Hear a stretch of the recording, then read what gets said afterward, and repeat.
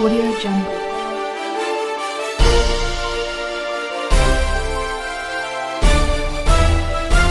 Audio Jungle.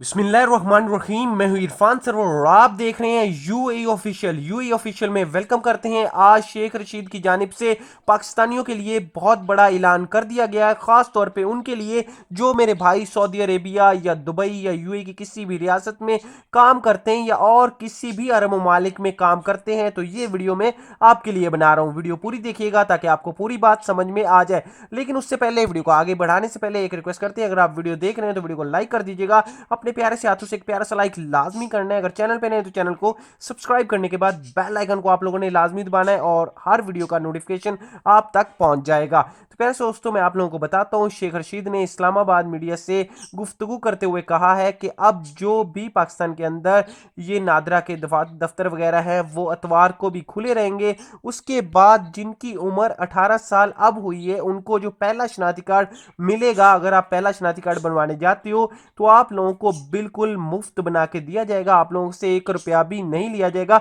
और वो शनाख्ती card आप लोगों को, आपका आईडी कार्ड 15 दिन के अंदर आपके घर तक पहुंचाया जाएगा। उसके बाद जितने भी सफारत खाने हैं जो यूएई के अंदर मौजूद हैं, अरब अमारात के अंदर मौजूद हैं, सऊदी अरबिया के अंदर मौजूद है, उनमें नादरा और पासपोर्ट के दफ्तर खोलने का ऐलान कर दिया है और इस पर काम 2 महीने तक हो जाएगा। 2 महीने के अंदर अंदर ये दफ्तर ओपन कर दिए जाएंगे ताकि जितने भी परदेसी भाई हैं वो भी इनसे फ़ायदा उठा सकें। और आप लोगों से सिर्फ 3,000 रुपये लिया जाएगा और आप लोगों को 10 साल का पासपोर्ट बना के दे दिया जाएगा।